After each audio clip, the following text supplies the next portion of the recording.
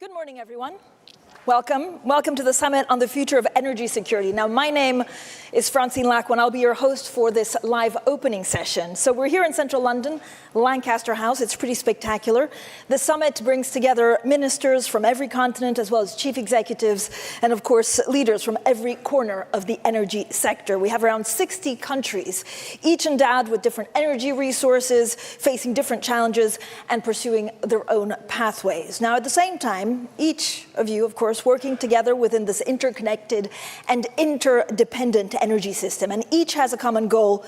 You all want security, energy security for your citizens. Now, we have leaders from across the global energy system, interests and knowledge spanning all fuels, technology, and sectors. Power generators, grid operators, oil and gas producers, mining companies, traders, nuclear generators, uranium suppliers, tech providers, investors, and the list goes on. We have civil society, of course, academia, think tanks, all here to bring their perspective on how to shape the future of energy security. Now, later today, we'll also be joined by the UK Prime Minister, Sir Keir Starmer, and President of the European Commission, Ursula von der Leyen. We hope that those of you online will also tune in for that at around 3:25 p.m. London time. We have the benefit, of course, of two amazing co-chairs that are going to guide us through every step of this important summit. So please join me in welcoming and showing your appreciation as we welcome to the stage our two co-chairs and the hosts of this summit, the Right Honourable Ed Miliband, Secretary of State of Energy Security and Net Zero in the UK government, and Dr. Fatih Birol, of course, the Executive Director of the International Energy Agency. So thank you both. Please join me on stage.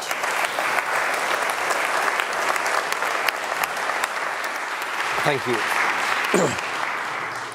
Francine, thank you so much. And distinguished delegates, on behalf of the UK government and the International Energy Agency, I want to welcome you all to this historic setting of Lancaster House and to London for this first global summit on the future of energy security. As Francine has said, there are numerous countries represented here, almost 60 countries represented here today. And I want to thank each and every one of you who have made the trip here. We truly appreciate your presence, and we really look forward to the discussions over the coming 2 days. We also have leaders from more than 50 global businesses with us, and I want to thank all of you for everything you do to help create energy security for our countries and our world. And we also have NGOs and civil society groups from around the world who are here with us, who play an important role in ensuring accountability of governments. I also want to pay a specific thank you to the official partners of the summit, Iberdrola, Scottish Power, National Grid, SSE, and Urenco. And if I may, I want to also thank the teams at the International Energy Agency and across the UK government who have worked incredibly hard to pull this event together. It is some feat of organisation. And I want, if I may, also to pay a particular tribute to Fatih Birol. Fatih, your leadership of the IEA for more than a decade now has been marked by your commitment to rigour, to values, and to multilateral cooperation. And that is why the IEA is so central to the global discussion on energy. And I want to thank you. And perhaps as the audience could show our appreciation for Fatih and the work he does.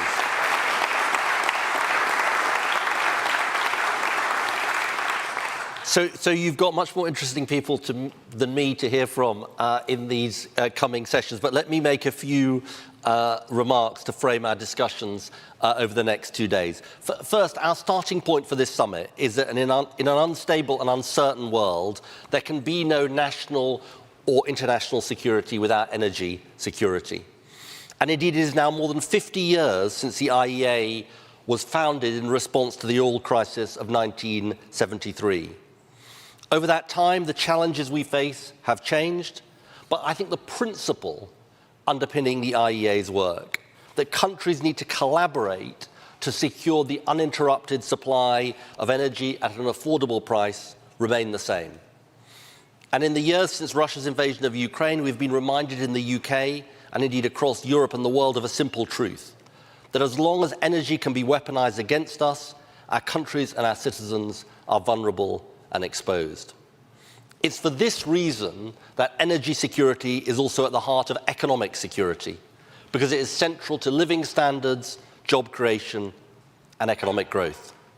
And we hope this summit marks an important moment for countries to come together and discuss what the shifting global landscape means for how we deliver energy security in this era. Second, the act of bringing together, which is an initiative that I've taken alongside Fatih and the IEA, I think stems from an underlying belief that can unite us all, which is there is huge benefit for us from cooperating on the basis of our shared interests. I think it's really important to say every country faces its own energy security challenges and its own constraints. And each country will pursue its own pathway, following its national interest in securing its energy supplies. Different pathways, and I think this is a really important point for this conference, different pathways for different nations should be respected. And we will all get a chance to reflect on our different national circumstances in our discussions over the coming days. But here is the key thing. Whatever our national pathways, I do believe that we share a fundamental belief that shared challenges invite shared solutions. Multilateral cooperation can make us stronger, not weaker, in our own individual national interest. Third point. Hopefully this is also a uniting idea. I believe that we gathered here are the optimists about what we can achieve for our society. Business, government, civil society. I believe we are, in this energy sector, the optimists.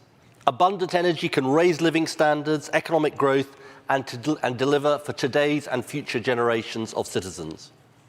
For the UK, just to talk about us for a moment, there's an exciting vision of energy security and abundance from cheap, homegrown, low-carbon power. Following Russia's invasion of Ukraine, we saw family finances, business finances, and public finances wrecked as fossil fuel prices rocketed on the global markets and therefore here in Britain. Now, oil and gas, including from our North Sea, will continue to play an important role in our energy system, and we really value our industry and the jobs it supports. But as with many other countries, we're a price taker, not a price maker in international fossil fuel markets. So our vision of low-carbon power goes well beyond the climate imperative, important as that is. Homegrown low-carbon power is our nationally chosen route to energy security. Solar power, wind power, tidal, geothermal, nuclear power, also an essential part of the low-carbon opportunity. These are often unlimited, low-cost power supplies which we can exploit for the benefit of our citizens. So, to be clear about this, ours is a hard-headed approach to the role of low-carbon power as a route to energy security. And I believe this isn't just true for the UK. Alongside a continuing and important role for oil and gas, low-carbon energy can play a critical role in delivering energy security for many countries around the world. And it presents a solution to the issue of energy security that simply wasn't true in the same way as a decade and a half ago. And this, again, is important. And that's because of what many countries in this room, working with business, public and private sector together, have achieved. The cost of solar globally has fallen by 90% since 2010, offshore wind by more than 60%. That's in part why last year $2 trillion was invested in clean energy, with 80% of new electricity generation met by renewables and nuclear. Indeed, according to BNEF, for more than 2/3 of the world's population, new renewables are the cheapest source of bulk power generation. In this spirit of multilateralism, the UK is determined to work with others to accelerate this transition, including through our global Clean Power Alliance, which the Prime Minister launched at the G20 last year. Final point. Let me finish by saying that at a time when so much of what is happening in the world looks so intractable, I hope we can carry this spirit of optimism into our deliberations. And I hope genuinely that everyone here enjoys this event and your time in London. I want to end with the following message from His Majesty the King that he has asked me to read out to you all, because this summit is something that he was very much personally interested in. And this is the message from King Charles. As we all navigate the transition to cleaner energy for our planet and energy security for our citizens, Summits such as these are of vital importance in facilitating shared learning between nations, particularly those in the global south and across the Commonwealth. Events over recent years have shown that when well managed, the transition to more sustainable energy sources can itself lead to more resilient and secure energy systems. While each country will follow its individual path, there are many shared challenges and opportunities on which we can work together as partners. And he ends by saying, I wanted to take this opportunity to thank you for participating in this summit on the future of energy security and to send my warmest, best wishes for productive discussions over the coming days.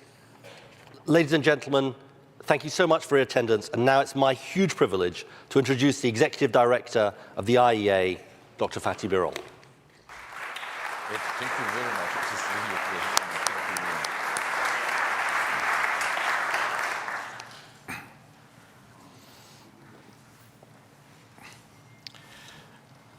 Excellencies, ladies and gentlemen, it is a great pleasure and honor for me to welcome you to the International Summit of the Future of Energy Security in London today. Very many thanks to the Prime Minister Starmer and Minister Miliband for hosting us here. And thank you very much for agreeing to co-host this very important event. Dear colleagues, recent years have shown us that the energy security shouldn't be taken for granted. Many events. Remember the times of COVID, Russia's invasion of Ukraine and resulting issues, energy security issues, the developments in Middle East, extreme weather events, cyber attacks on energy infrastructure around the world. They do remind us regularly that energy security is and looks like will be a crucial issue in the global agenda.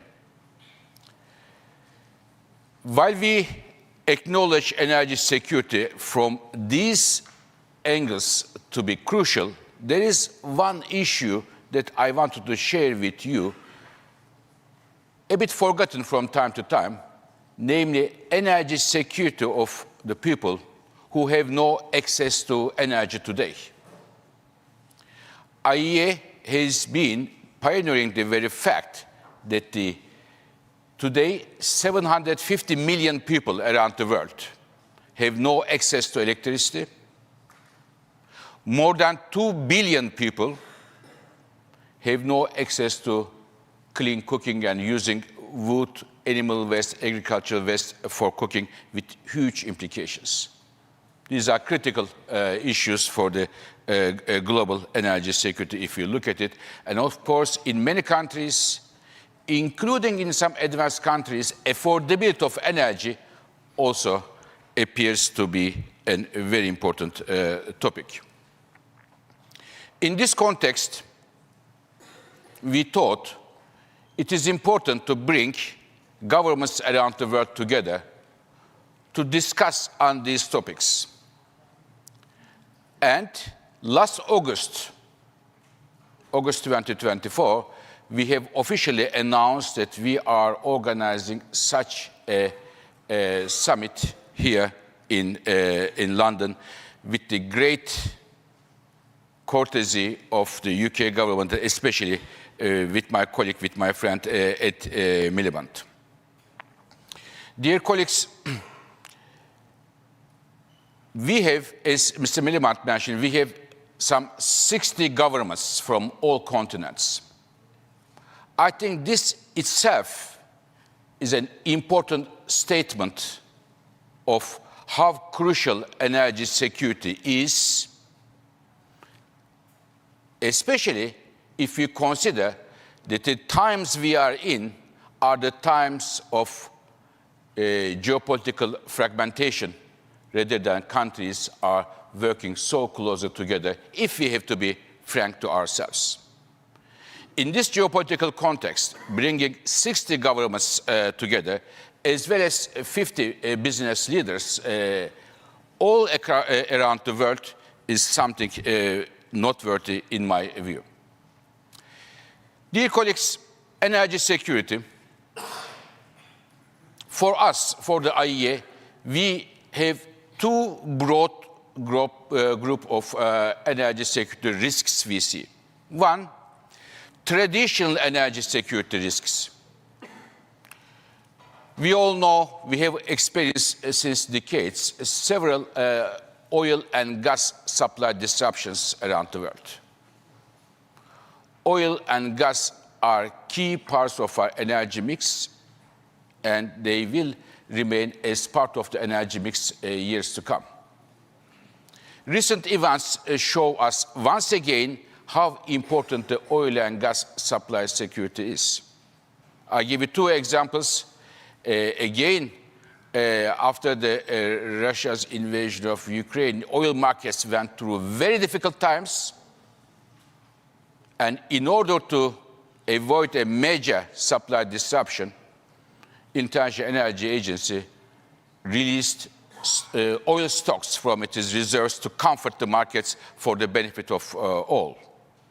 The same applied to natural gas, especially with the European countries. I am sure the Commissioner, Dan Jorgensen, here with us in the afternoon. We will have President von der Leyen. They will mention IEA and European countries work together to avoid a major energy crisis in Europe, especially the lack of availability of gas as the Russian gas was cut.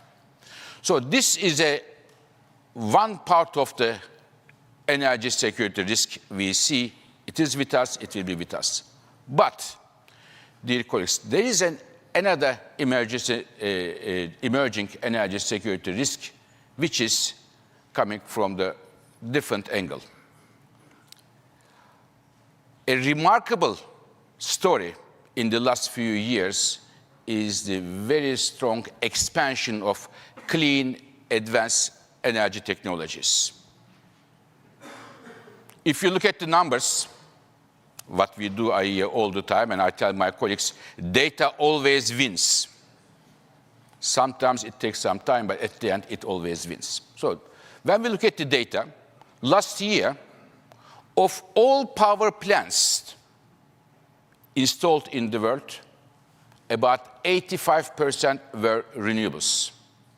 Solar, wind, hydropower, 5% nuclear power. Look at the other angle, transportation sector. We are seeing the big increase of electric cars globally.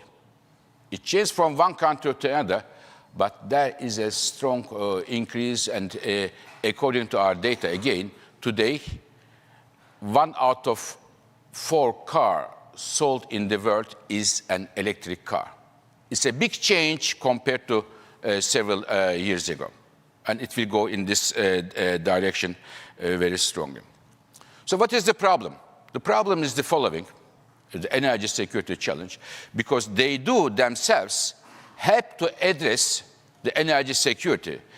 As Mr. Secretary of State mentioned, homegrown energy is the best friend of energy security. But to manufacture these new clean energy technologies, we need critical minerals. Mining, production of critical minerals, and manufacturing these clean energy technologies, when we look at this, where the critical minerals are produced, where they are refined, and where they are manufacturing, there is a huge concentration. And this is something that we think is risky. Wherever the concentration is, it is a risky business. There can be some event in terms of the geopolitical event. There can be an earthquake, there can be a technical failure. This is always risky, this concentration. And this is something that the IEA considers a new emerging energy security challenge in addition to the traditional one. So it is the reason we have built a critical minerals program, and we are, as our gas market report, oil market report, we are regularly informing the world what is happening in different critical minerals.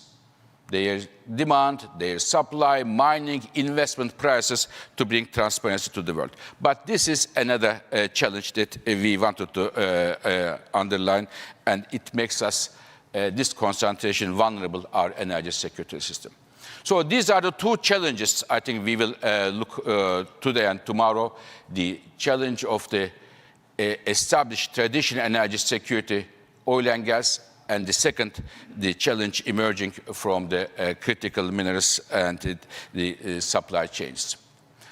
Now, against that, and I want to finish with this, I have 3 golden rules to address energy security. There are many of them, but 3 of them I wanted to share with you. Number 1 golden rule is diversification. Diversification of the energy sources, diversification of the countries you import energy, diversification of the trade routes or supply chains.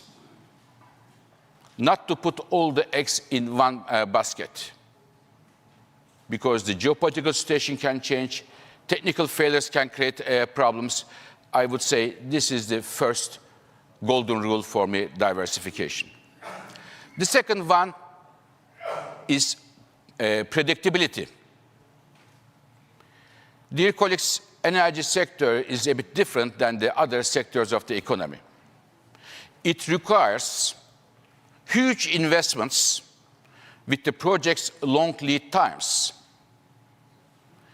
And if the policies are not predictable, they change from one day to another, it creates uncertainty, and as such, it increases the cost of capital. And this is a major problem. And it is a major problem for investors, and the unpredictable economies lead the investors fly away.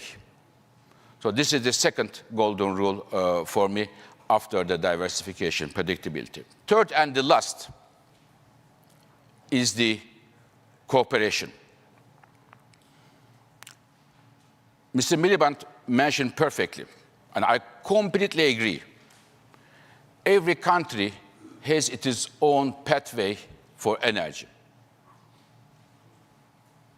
based on their economies, natural resources, political context, and others. We should understand and respect it. However, dear colleagues, no country, small or big, is an energy island. We are interconnected, interdependent through many ways. Through energy prices, they are international. Through emissions, they are global. Through technological innovation, they are global. We are interconnected. So lasting solutions to energy security, in my view, goes through cooperation. And saying cooperation, it is in fact the very reason we host this meeting today. We have many oil exporters, huge oil exporters, gas exporters. We have several renewable companies from businesses and countries. We have several countries with huge critical mineral resources, lithium, nickel, copper. We bring everybody together, hope to have a common understanding about our energy challenges, and that we all understand the need to cooperate, which is good for all of us. As such, I want to thank once again the government of United Kingdom And we were honored with agreeing the co-host with the IEA, Mrs. Secretary of State. And we were also honored with the letter of the King Charles. Thank you very much for that. And I wish all of us a very good conference. Thank you very much.